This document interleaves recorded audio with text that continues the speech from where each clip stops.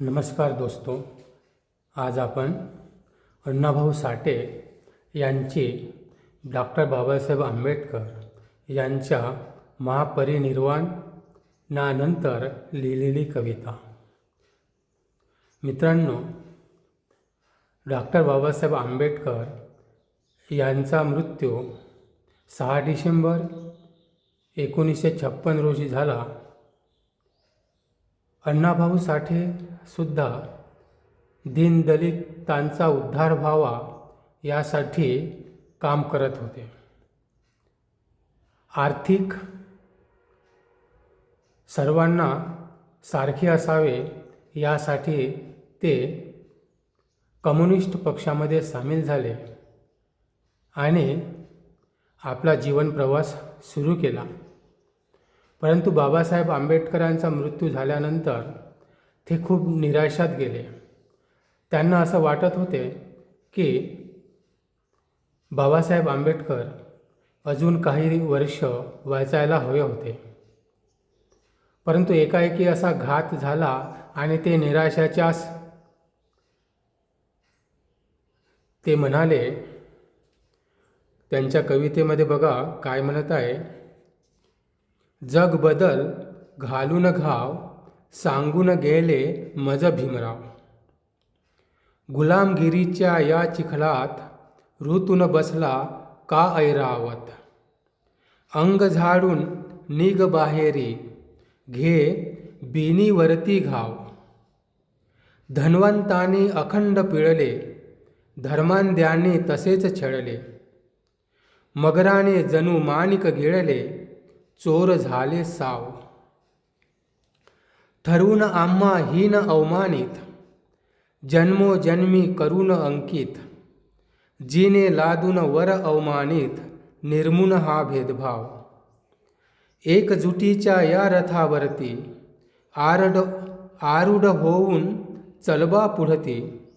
नव महाराष्ट्र निर्मून जगती करी प्रकट निज नाव. ही अण्णाभाऊ साठे यांनी 6 डिसेंबर नंतर लिहिलेली कविता. त्यांच्या या कवितेतून त्यांचे विचार स्पष्टपणे आपल्याला दिसून येते. ते समाजाला काय सांगत आहे. अण्णाभाऊ साठे हे मुख्यतः मातंग समाजाचे पुढारी. परंतु ते या कवितेमध्ये काय सांगत आहे की बाबासाहेब मला काय सांगून गेले आहे, त्यांचे वर्णन ह्या कवितेमध्ये ते करत आहे. समाजामध्ये कशा प्रकारे आपण परिवर्तन करायला पाहिजे याचे सुद्धा या कवितेमधून ते आपल्या समाजापुढे सांगत आहे. तर याचं आपण थोडं आणि पुढची लाईन ते बघा काय म्हणते. तक्रार कर्ण सोड. तक्रार कर्ण सोड सहन कर्ण सोड. स्वतः उभा राहा आणि परिवर्तनासाठी झुंज दे. काय म्हणते अण्णाभाऊ साठेचा अर्थ, कवितेचा अर्थ आपल्याला सांगत आहे. तक्रार करणं सोड, सहन करणं सोड, स्वतः उभा राहा आणि परिवर्तनासाठी झुंज दे. आता बघा या ओळीचा आपण अर्थ बघू. जग बदल घालून घाव सांगून गेले मज भीमराव. अण्णाभाऊ साठे आपल्या समाजाला दीनदलित लोकांना सांगत आहे. जग म्हणजे समाज हा विषमतेने, अन्याय, अत्याचाराने, अंधश्रद्धेने ग्रासून गेलेला आहे.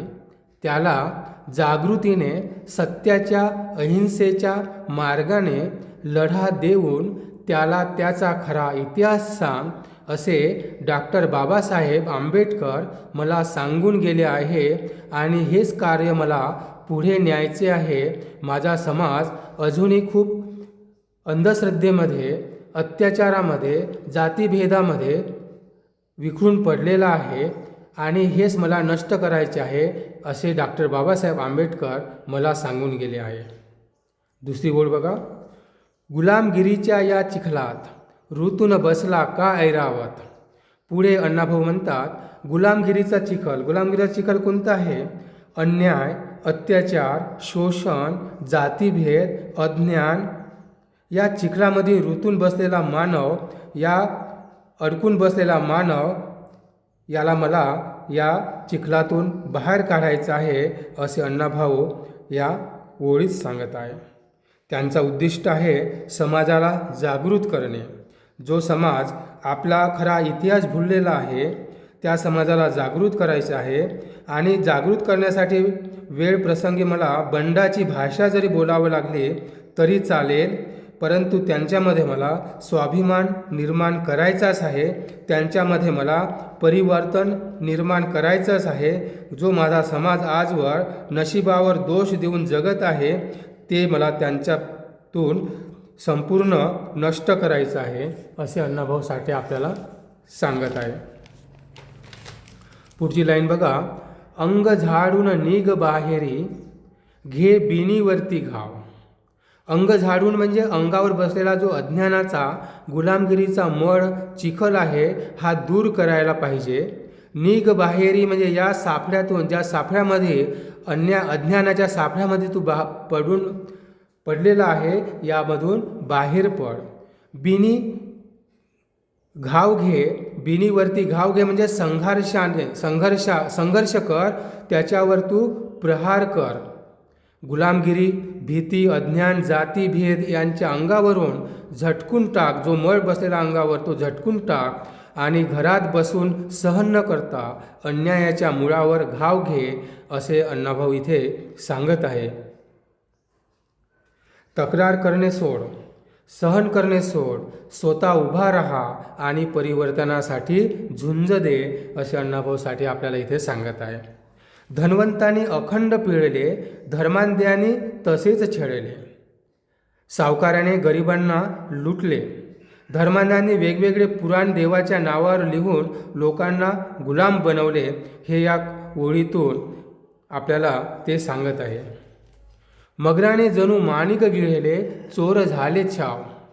या क्रूर निर्दयी शोषक शक्तीने आमच्या खऱ्या संस्कृतीचे रत्न गिळले आणि आमची संस्कृती इतिहास स्वतःच्या नावावर लिहून स्वतः राजे झाले असे अण्णाभाऊ साठे या ओळीतून आपल्याला सांगत आहे. ठरवून आम्हा हीन अवमानित, जन्मोजन्मी करून अंकित. जिने लादून वर अवमानित, निर्मून हा भेदभाव. जाणीवपूर्वक आम्हा कमी दर्जाचे लेखून आणि जीवन भरासाठी हा अवमान आमच्या नशिबी लिहून ठेवला आहे.